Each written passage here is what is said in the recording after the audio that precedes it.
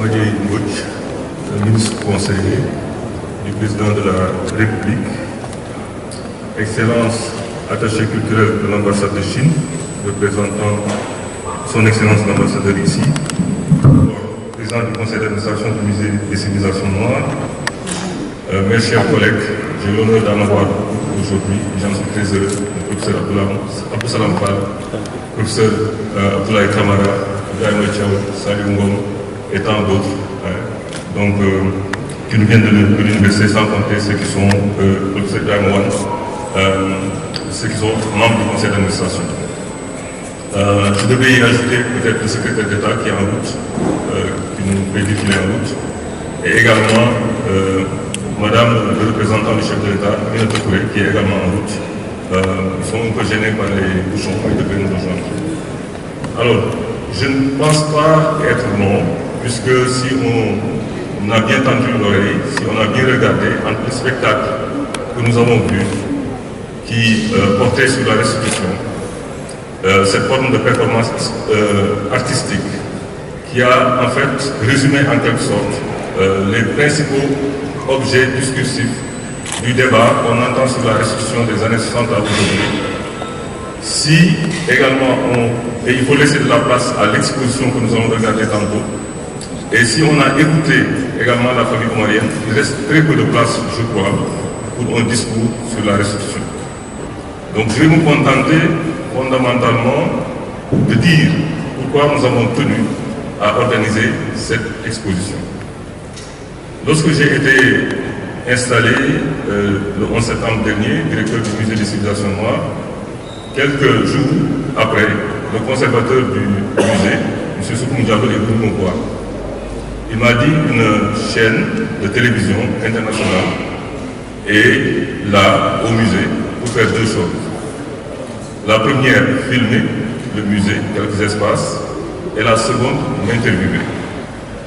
Je lui ai demandé pourquoi, et c'était effectivement, il me l'a dit, dans un moment où le débat sur la restitution dont parlait Mme Aoulita avait repris, il y avait un regain, et donc ils sont venus pour filmer le musée, en quelque sorte montrer, voici un musée ultra moderne, comme on dit, qui pourrait accueillir, et également prendre mon point de vue sur la question. Alors j'ai dit à M. Diallo, ils peuvent visiter, ils peuvent filmer, mais je ne souhaiterais pas répondre à cette interview. Pourquoi j'ai répondu par la négative? Parce que je pense qu'il nous faut entrer dans une nouvelle séquence où nous sommes quelque peu maîtres des perspectives qui sont agitées à travers les débats, de l'agenda même des débats, du langage du débat, etc., etc. Et donc on n'a pas à subir des débats dont on ne contrôle ni l'agenda, ni le langage, ni les mots, et donc qui quelque part nous entraînent à répondre d'une manière ou d'une autre, quelquefois même pour nous opposer, en quelque sorte. Et je lui ai répondu suite à cela que ce que je souhaitais en réalité, c'est que ce musée, qui a déjà, il est vrai, qui s'est exprimé donc sur la question de la restitution à travers des symposiums, des déclarations de mon prédécesseur à qui je rends hommage à la circonstance, le professeur Amadi Bokoum, j'ai dit qu'il serait peut-être préférable que nous prenions le chemin d'une exposition sur la restitution. Parce que l'exposition, c'est le langage fondamental d'un musée. Et une fois l'idée retenue, nous sommes réunis en comité et nous avons donc décidé de mettre en place cette exposition que vous allez visiter tout à l'heure. Alors, comment nous l'avons conçu? Il y avait ce sabre-là qui était là, donc à travers une exposition muséalisée à travers une exposition, qui s'appelle l'appropriation africaine des religions abrahamiques. Je salue la présence du secrétaire d'État qui vient de nous rejoindre. Donc, le temps de le laisser s'asseoir.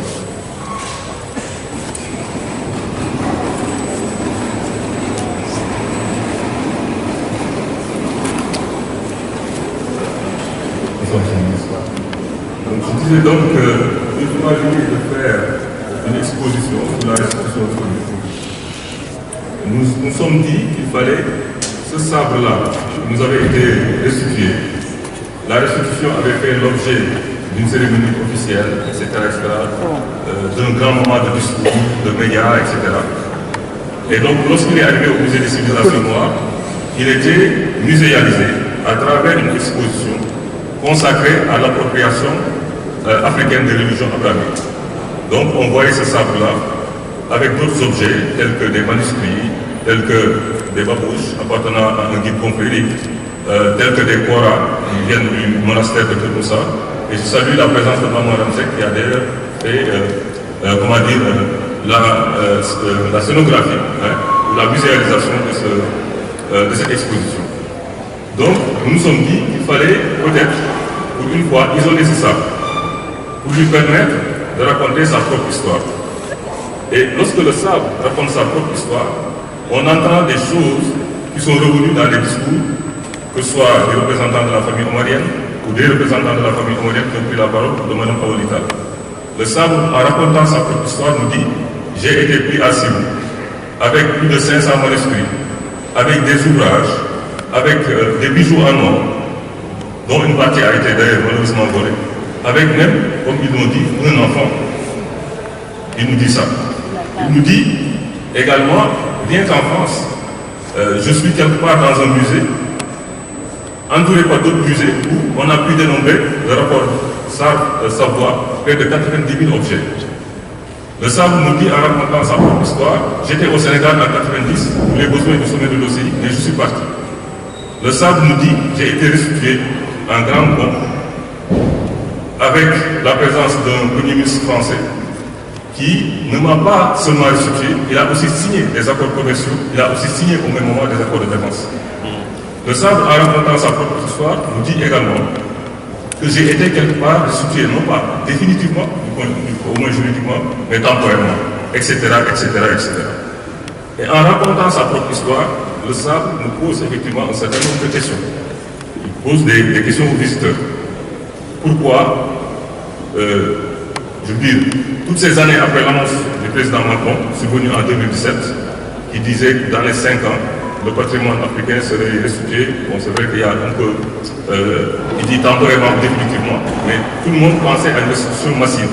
Pourquoi 5 ans, 6 ans après cela ne s'est pas fait, etc., etc. Et d'autres questions que vous-même pourriez formuler tantôt. Donc ce sont toutes ces questions-là qui sont posées à travers cette exposition.